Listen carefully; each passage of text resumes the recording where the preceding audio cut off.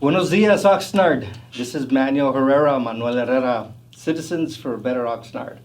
Now, if you remember, last year, I believe it was in May, I interviewed the Assistant City Manager, Ashley Golden, and we discussed the budget. Well, a lot has happened since then, so fast forward to today, and here we are again with Ashley Golden, and we're going to be discussing the 2024-2025 budget. So, welcome, Ashley. How you doing? Good. Thank you for having me back. Yeah, no, Good to see you. it's always a pleasure to talk to you. Always a pleasure. So, I know you've been busy, so I appreciate you taking the time to meet with us today for this podcast. So, I guess we can just start right on it, jump right? in, huh? Let's just jump in. So, let's see here. Now, I wrote some questions like I always do. Okay. So, let's see. First question. We've had a multi-million-dollar budget deficit. And COVID and other major things happened in the past 5 years, right? So, can you walk us through some of the significant impacts that have affected the budget? Sure. So we have a graphic. I'm sure you've seen it. We've used it for multiple years, and we'll use it again this year, just kind of building on to our story. But we call that the man in the hole. And that man in the hole does a great job of telling that story and telling the impact. So dating back about 5 years ago, actually 5 years ago, we had a $9.2 million structural deficit.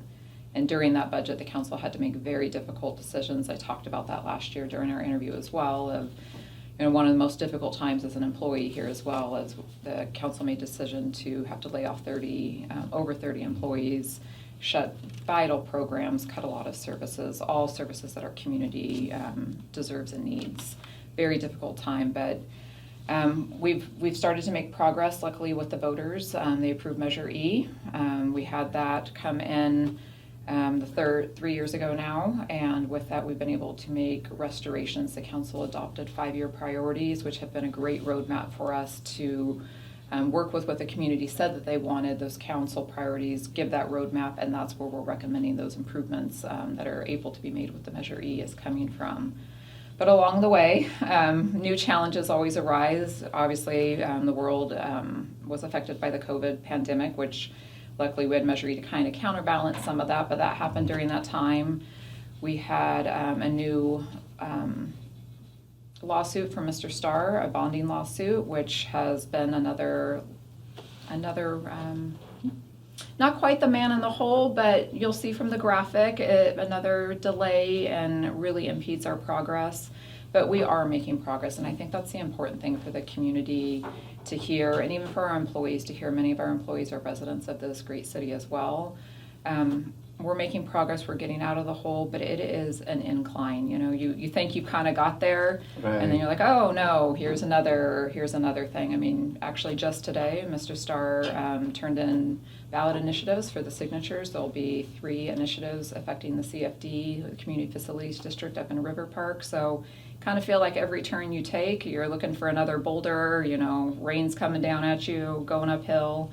And then we're dealing with the other things the community all communities are dealing with. Inflation, still supply chain disruptions, tough labor market. It's gotten better, but it's still really tough. You'll see cities throughout California doing signing bonuses, just really hard to fill positions and things that we need. So it's stable, it's improving, but it's not an easy walk. You better be in shape if you're going to be walking in Oxnard here. Yeah, there's always going to be obstacles, and I do remember the deficit because I made a very special appearance at the city council That meeting. you did. And, we should all not be afraid to voice our opinions, right? And that's what I did. But I know we have some great news, so that's a good thing. And at least we're going on the right direction. We are. Right?